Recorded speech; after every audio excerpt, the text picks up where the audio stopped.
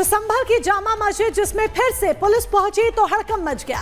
आपको याद होगी संभल की वो जामा मस्जिद जिस पर सर्वे हुआ था और सर्वे करने पहुंची पुलिस टीम पर हमला किया गया था। अब उसी मस्जिद पर योगी की पुलिस एक बार फिर पहुंची तो संभल चर्चा में आ गया। इसीलिए चर्चा में आया क्योंकि पुलिस के अधिकारी संभल मस्जिद के अंदर घुस गए। मस्जिद की छत पर पुलिस के जवान गए, मस्जिद कमेटी के लोगों से बात की, कई चीजों में हिदायत दी। पुलिस की टीम दलबल के साथ जामा मस्जिद पहुंची तो हड़कंप मच गया। तो संभल जामा मस्जिद पहुंची है योगी की पुलिस।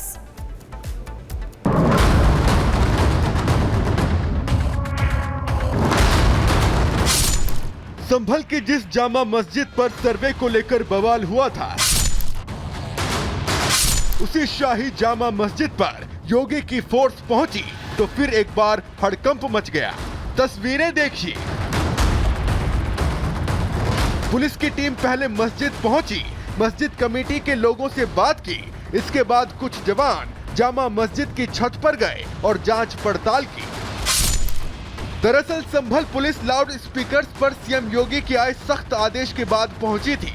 पुलिस के जवानों ने मस्जिद में पहुंचकर जांच की है कि लाउड स्पीकर तेज आवाज में तो नहीं बज रहे। अधिकारियों ने मस्जिद कमेटी को हिदायत दी है कि लाउड स्पीकर की आवाज मस्जिद से बाहर न जाए और अगर लाउड स्पीकर बजते मिले तो कार्रवाई निश्चित तौर पर होगी। संभल से सभी धार्मिक स्थलों में पूर्व से ही नियमानुसार लाउड स्पीकरों को हटवाया जा चुका है। यदि कहीं पर विधि विरुद्ध लाउड स्पीकर लगाए गए अथवा चलाए गए तो इन प्रकरण में विधिक कार्रवाई सुनिश्चित की जाएगी। आपको बता दें कि अभी पुलिस लाउड स्पीकर तय मानक पर बज रहे हैं कि नहीं इसकी जांच करने पहुंची थी। हालांकि यही मस्जिद अभी विवादों में है। कोर्ट में केस चल रहा है। ये मस्जिद हरिहर मंदिर तोड़कर बनाई गई है। इसके अलावा इसी जगह पर भगवान विष्णु के कल्कि अवतार के दावे हैं और इसीलिए जब पुलिस संभल मस्जिद पहुंची तो संभल की चर्चा एक बार फिर होने लगी। Bureau report, Republic Bharat.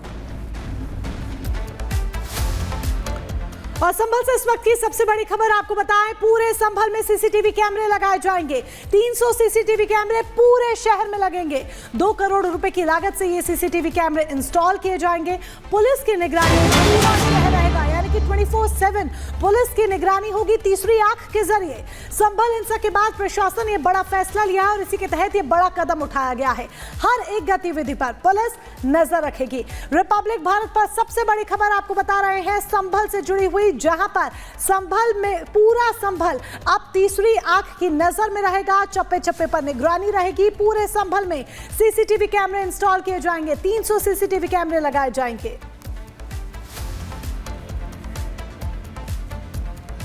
हम लोगों ने 2 करोड़ रुपया पूरे शहर को सिटी सर्विलांस के तहत सीसीटीवी कैमरे से लैस करने जा रहे हैं ताकि संभल की सुरक्षा और आगे इस टाइप की कोई ऐसी घटनाएं ना हो, उसको पूरे तरह से कैद करने का प्लान है। लगभग 127 स्थान हमने आइडेंटिफाई किया है पुलिस विभाग के सहयोग से। 300 कैमरे लगने हैं और PTZ कैमरे भी लगेंगे। साहिल हमारे सहयोगी लाइव हमारे साथ संभल से जुड़ चुके हैं। साहिल, देखिए पुलिस लगातार एक्शन मोड में।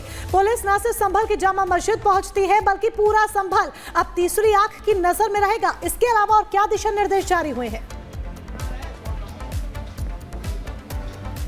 हाँ जी बिल्कुल, अब कहीं ना कहीं संभल के अंदर लगभग 300 से ज़्यादा जो सीसीटीवी कैमरे हैं वो लगने की तैयारी हो चुकी है। जो बिल है वो पास हो चुका है और ये माना जाता है कि आने वाले दिनों में संभल के अंदर जो है सीसीटीवी कैमरे लगाए जाएंगे और ख़ासतौर पे सीसीटीवी कैमरे के अलावा जो ऑडियो रिकॉर्डिंग है, ऑडियो रिकॉर्डिंग भी लगेगी जिससे कोई भी जो एक्टिविटी है वो नज़र आती रहे और क्या बातचीत हो रही है लोगों में वो बातें जो है पुलिस मॉनिटर रूम में पूरी तरह सुनाई देगी। तो इसको लेकर जो है तैयारियाँ शुरू हो चुकी है क्योंकि अब पुलिस का कहना है कि कुछ संभल के जो संवेदनशील इलाके हैं वहां पे 360 डिग्री के जो सीसीटीवी कैमरे हैं वो लगाने काफी ज्यादा अनिवार्य है। वजह यही है कि पुलिस की जो मॉनिटर रूम बनाया जाएगा वहां से जो एक्टिविटी है उस पर नजर रखी जाएगी, जिससे कोई भी जो शख्स है संवेदनशील इलाकों में माहौल को खराब करने की कोशिश करेंगे तो इन्हीं कैमरों के जरिए जो है उन्हीं चीजों पर जो है नियंत्रण पाया जाएगा। ये तस्वीर आप देखिए, ये मस्जिद के बाहर की तस्वीर है। इस तरीके की जो सीसीटीवी कैमरे हैं वो आने वाले दिनों में पूरे संभल जिला में लगेंगे। बिल पास हो चुका है लेकिन अब पुलिस का कहना है कि अब कहीं ना की जो तैयारी है और ज़्यादा जोरों शोरों पर चल रही है।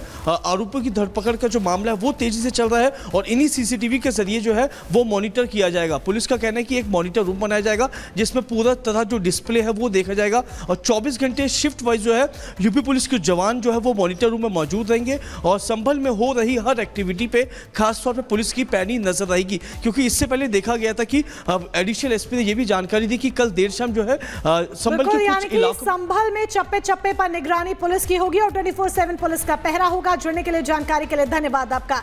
बहरहाल आगे बढ़ते हैं, अगली बड़ी खबर का रुख करते हैं क्योंकि दिल्ली में आखिर कौन रच रहा है दंगे की साजिश।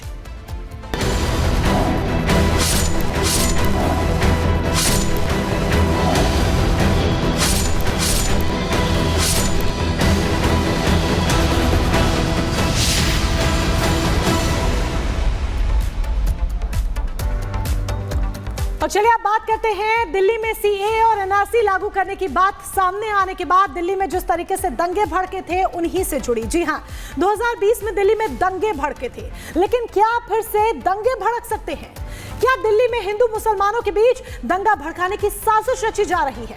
आज हम इस गंभीर मुद्दे की चर्चा इसीलिए कर रहे हैं क्योंकि करावल नगर से चुने गए बीजेपी के विधायक मोहन बिष्ट ने दिल्ली पुलिस के एक अधिकारी पर 4 ऐसे बड़े आरोप लगाए हैं जिन पर चर्चा करना जरूरी हो गया है।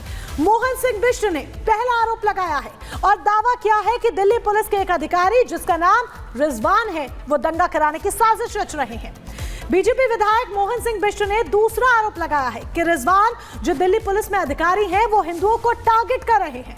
तीसरा बड़ा आरोप जो मोहन बिष्ट ने लगाया वो ये कि 5 साल पहले दिल्ली में दंगा हुआ था, लेकिन रिजवान ने दंगे के करीब 5 साल बाद 35 हिंदुओं को दंगा भड़काने के आरोप में नोटिस आखिर क्यों भेजा और अब क्यों उन्हें टारगेट करा जा रहा है। मोहन सिंह बिष्ट ने चौथा आरोप लगाया है और कहा है कि हम गृह मंत्री अमित शाह से मांग करेंगे कि अगर रिजवान को समय रहते नहीं रोका गया तो रिजवान हिंदू मुस्लिम एकता में बड़ा खतरा पैदा कर सकते हैं।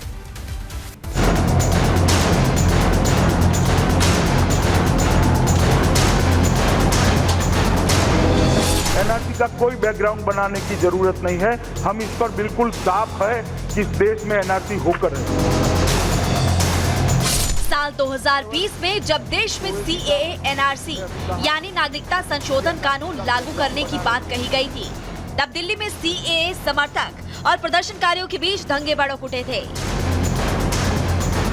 शाहीन बाग, ओखला, जाफराबाद, सीलमपुर, मौजपुर और मुस्तफाबाद तक दंगों की आग ऐसी फैली कि इन दंगों में 53 से ज्यादा लोगों की मौत हो गई थी। 200 से ज्यादा लोग घायल हुए थे। कई दुकानें और गाड़ियां फूंक डाली गई थी। इन दंगों में हेड कांस्टेबल रतन लाल की मौत हो गई थी और तो और आईबी के कर्मचारी अंकित शर्मा का शव भी एक नाले में पड़ा मिला था।